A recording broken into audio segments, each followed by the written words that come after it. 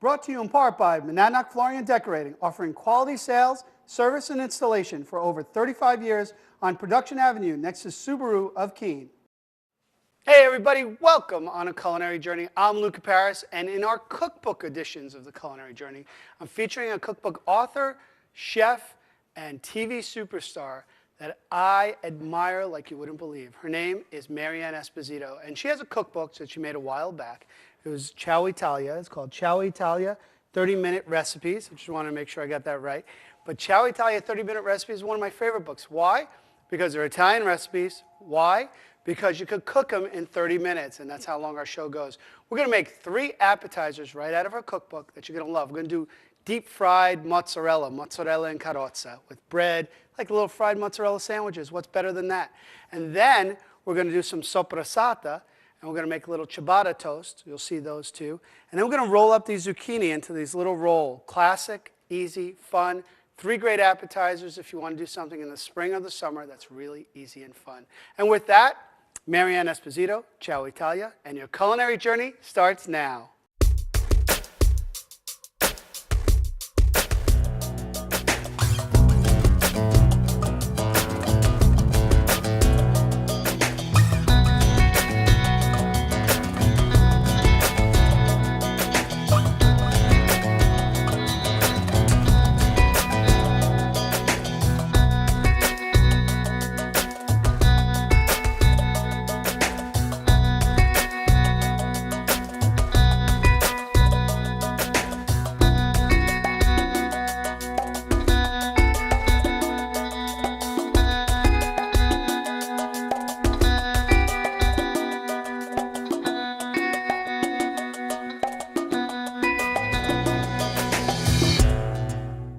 Hey everybody, welcome back to A Culinary Journey where we're doing appetizers from the Ciao Italia cookbook, 30-minute meals or less in Italian food. It's absolutely incredible. Now what I'm going to do first, we're going to do 3 different dishes. One is an involtini di zucca and zucchini. Zucchini would be green zucchini, zucca would be yellow squash. And what we've done is slice these really thin. If you get it done on a slicer, that's great, but you could probably with a real sharp knife get it done. And involtini just means roulades. Right? So we're going to roll these like this, but we're going to put inside something a little bit different. Some walnuts and also a little bit of ricotta cheese and herbs. That's going to be great in here. But what I want to do first with these is get them cooking because we have to cool them off a little bit. So in her cookbook, I take some liberties with any of the cookbooks I work with because I kind of use them as inspiration. That's what you should do too, is take a cookbook, use it as an inspiration, and see where you can go with it, and also with what you have available. Now, what's really cool is she has an olive oil spray where you could actually just spray olive oil on all of your items, and it comes out really liberal and easy. What I'm going to do is I want to cook these off a little bit in this flat top griddle I have here that I have on low, and then we're going to let them cool off because we want to roll them.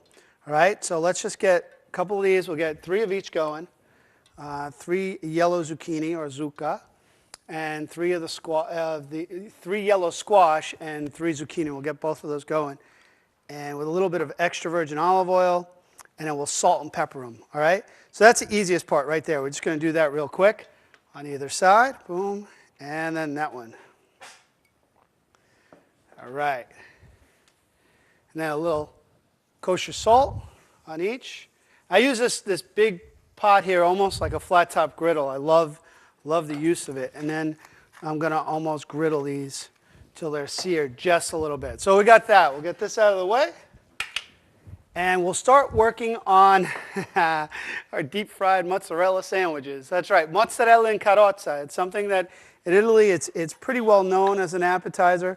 What I have here are some ciabatta breads. And what I'm going to do is cut about a 1/4 inch or a little less than 1/2 inch slices on each side, because we're going to fry it, and then this is where our mozzarella is going to get sandwiched into. So let's make about 3 or 4 of these too. And this one's nice and simple, and we're talking quick and easy. It's just getting all your ingredients together and then starting to work on them. We'll save the sides later for our crostini for our final dish, but let's get these all down. All right, got 4 of those going. We'll be using you later. I'll actually use the flat top for those too. So, because we're going to sear crostini all on top of the stove, and then we'll make our mixes. Now, let's say you were having a party over, right, and you wanted to have a couple of things over and ready for people. All of this could be prepared in advance, set up, and ready for your party. And that's what's great about it. So we're just getting these soft. We're not going to cook them too much. Maybe just get a little bit of brown, but we just want them soft. If you have a grill outside, they're great on the grill too. You get some nice grill marks on that also. All right, for the mozzarella, here's what we need for the mozzarella. And it's your basic flour dip. And you can even season them any way you want. I like to do mozzarella in carrozza also with an anchovy butter if you really want to, or maybe a marinara sauce so they could dip into there. That's what most people think of when they think of, in this case, almost like a mozzarella stick, but just so much better. So I also recommend, you know how I talk about all the time that I make my own fresh mozzarella, right? Well, don't want to use stuff that's fresh or just bought. Like if you live in Boston or New York, you could get fresh mozzarella made the day of. You need it to be a little bit drier because you don't want to have too much moisture in there. So we'll just get that. There you go. There's one. Look at that. These fit the perfect size for the ciabatta. You'd think I planned that part out. Oh, here's another one.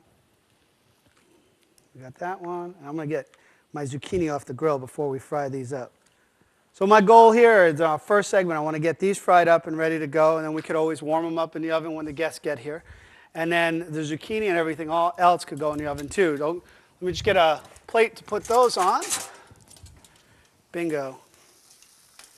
Again, the salt also acts as a way of just relieving some of the moisture out of the zucchini. All right, and the squash. I'm just going to lie those there because we're going to go back to those after we make our filling. Ooh, be gentle. If they start to break on you, that's why I made some extras. We'll fix that as we go. I'll show you. And then you want to let them cool off because you want to be able to twist them around. So we'll leave those right over there. And then we'll get this pan on. Now the great thing about when you're working with cookbooks, you're finding authors or chefs you like, someone like Marianne Esposito is inspiring in a lot of ways. She's been cooking and has the longest running show, and she's on PBS, has the longest running cooking show in all of the United States. And it's incredible all the stuff that she's inspired by around Italian food. And it's incredible how many different parts of Italy there are and regions to be inspired by. So it's great to watch her show like hers and get inspired by her cooking as well. So we have our mozzarella, right? What I want to do too is season a little bit on the inside as well as the outside. So we'll just put a little bit of pepper and salt. Let's go. Pop these all off. I got so excited with my little sandwiches here. I tell you, if you just wanted this as a snack, this is the best grilled cheese you'll ever have. Trust me. Bam. We got those going. Let's make sure these are all down. Our oil, get it nice and hot. And then we start our process. Okay. We're going to do a little flour. And just like you do chicken franchise, if you've seen my show before, you're not going to do, it's not a egg and then flour and we're searing. I'm actually going to do a flour and then egg wash, and then we're going to fry them in there. So let's make sure our oil's hot enough, and we'll keep it all together. It should make a nice little crust. Oh, yeah. We're going to flip that over in a second. All right.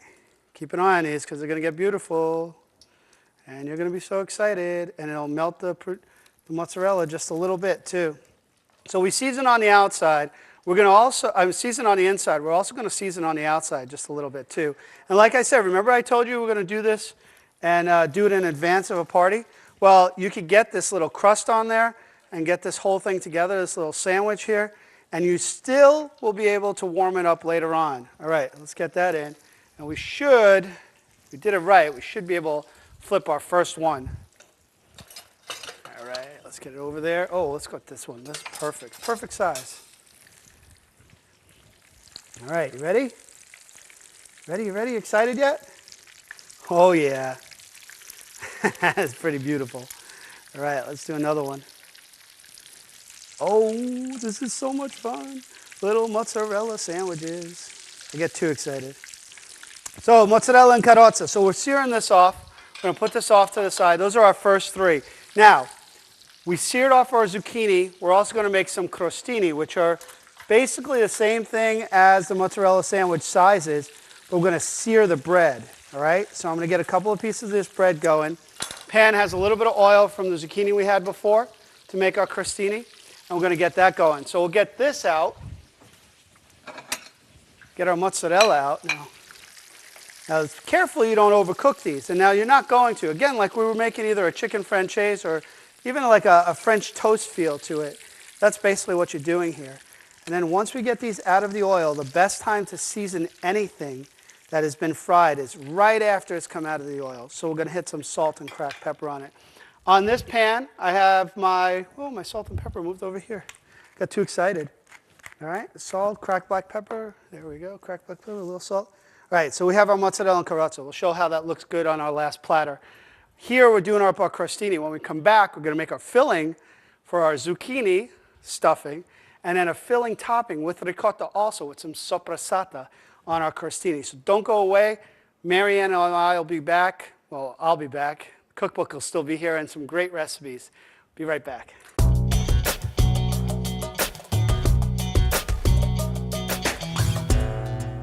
Hey everybody, welcome back to A Culinary Journey. Listen, this is what we're doing. We're doing mozzarella and carrozza, these little mozzarella sandwiches, which I want to take a bite out of.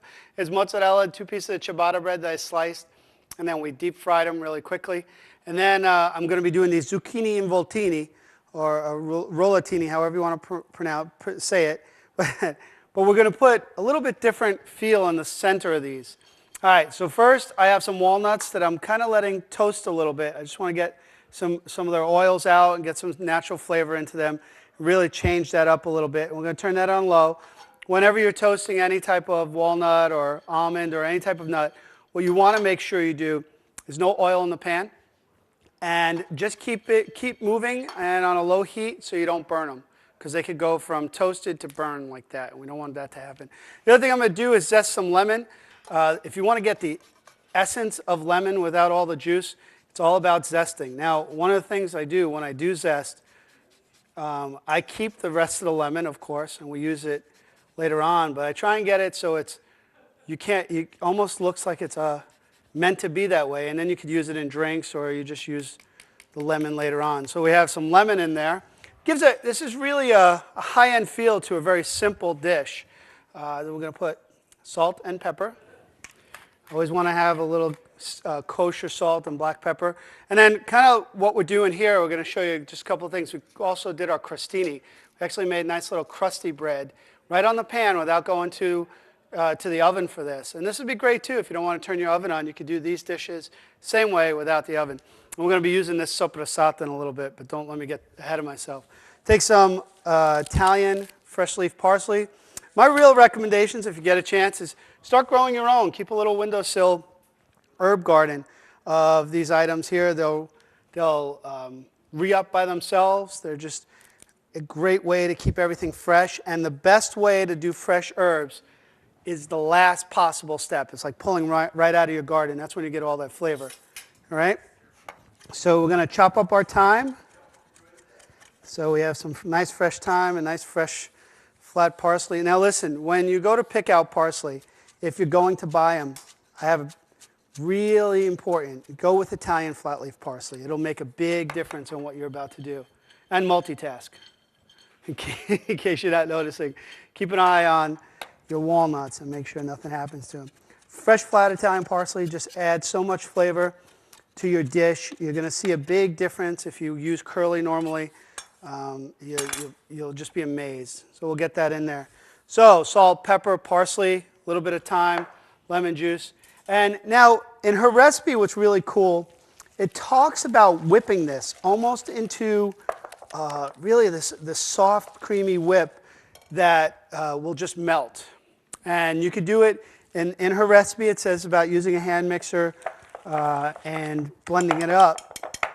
I'm going to do it by hand real quick and get as much air in there as possible. But if you have the ability to do it from the mixer, you'll see a huge, huge improvement on there also. So we'll get that in, and this will come out just as nice too. So if you don't have the mixer, if you were doing this at home, you don't have to worry about it all that much. This is going to be beautiful. It's almost like this creamy mousse. So get a little spoon here. Now, what you do with these variations or these recipes is totally up to you. I think just making little plays on what you do is a great way to, wow, look at that. Those are pretty, aren't they? We're just going to warm those up a little bit in the oven too. And you don't have to. This is a great dish served cold or warm. So if it's the summertime and you use the grill to grill up all your vegetables, well, that's perfect. You grilled your vegetables. Then you roll them up with the ricotta. I might not even cook these. They look so good. Oh, what a beautiful stuffing. And you get that lemon in the ricotta, the lemon and the thyme. Two perfect ingredients that go together. You know, oh, I forgot the walnuts. Did I go through all this work and I forget the walnuts? Well, the last two will have walnuts because, you know, that's what we do here. We just change things up a little bit. So if you did have people in your family who have nut allergies, you put it in later. And the walnuts are really going to make this thing pop too. So we got the lemon, the thyme, the walnuts. I could have acted like I was just... I knew what I was doing, but I'm going to get those in there now. Look at that. Oh, that's nice. And if you wanted to separate, let's say you did have someone that didn't like walnuts or what have you, what I would do is when I serve these, serve two separate platters. I put some of my toasted walnuts on one. So we have that going. Now, the other thing we need to do is the ricotta for our crostini.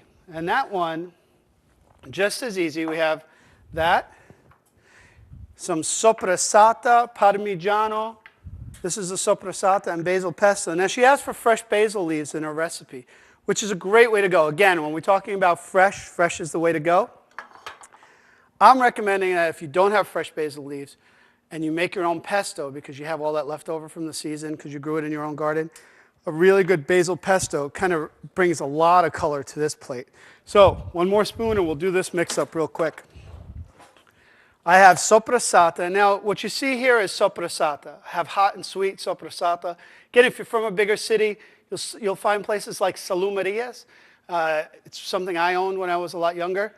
The salumeria, where you get dry sausage or soppressata, sometimes has this white film on the side. That's actually a mold that's around the skin to protect it. And while it's protecting it, it's also helping it age but not dry out too fast.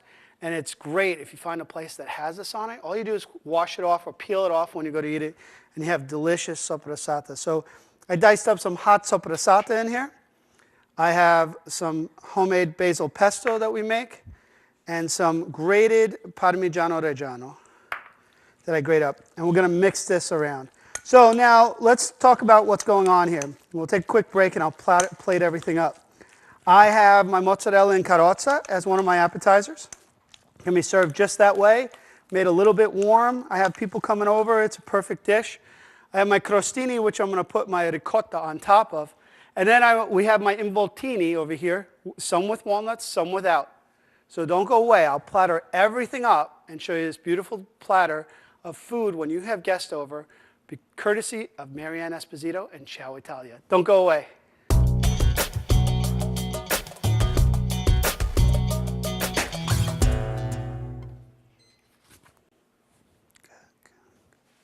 Oh, wait. You caught me. Did it again. The cookbook is Ciao Italia, 30-minute recipes from an Italian kitchen. The author, the TV star, Marianne Esposito, definitely an inspiration in the kitchen for Italian cooking and great food. I think you'd absolutely love any of her cookbooks. I believe we're up to 12 cookbooks now.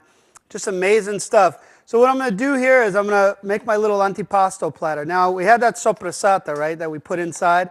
But we're not going to let that go to waste. This is not all vegetarian. So we're going to cut ourselves off. I took off the skin already, and I'm just going to cut some slices of soppressata. This is the hot soppressata, so you got to like that. Put a couple of pieces of Swiss chard down as my garnish. If you're growing that in your garden, that's a beautiful thing. And here's the sweet. And then we'll just, so you had like 4 or 5 people over, you want to put something out, or this, actually, who am I kidding? This works for just maybe 2. I warmed up our mozzarella and carrozza. Hope you could see that. Look at that. Those little sandwiches. They go great too with a piece of the soppressata. All right. Well, I'm going to put these all on. This is incredible. So the summer party is ready to go. 3 recipes right at the beginning of this cookbook, which are simple, fun and easy. We have our involtini. We have a couple of them that we made with no walnuts in, and we have a couple that we have the walnuts in. And these are great just to pick up. Served a little bit warmer than this or not. That's your choice. Again, be inspired by what the mood tells you. You don't want to turn your oven on? Don't. You want to grill these outside? Whip up the ricotta and the lemon and do that there. That's fine too. And then the last thing I want to do, and then before we put on our other crostini, is just give a little lemon zest onto these items because they could use it. I love fried or grilled cheese sandwiches with lemon. Let's see, boom. That's a nice color there. And then we made this soppressata, right? This soppressata basil pesto crostini. Just put it right on the top. And those will just kind of go in there. And you always keep one for yourself. This stuffing is not only good for a crostini. You could stuff chicken with it. You could put it just about anywhere. You can make your lasagna with this stuffing. It would be absolutely excellent. Get inspired. Utilize great recipes and great chefs and what they know. And do some great dishes. And make yourself a party. Antipasto platter for Luca. There you go. That's it. Thanks to Marianne Esposito and her great recipes. Some things I never thought of with the additions, with my little twist and get inspired by. I hope you enjoyed them. I love them. I'm going to have my mozzarella sandwich now, and I'll see you next time on A Culinary Journey.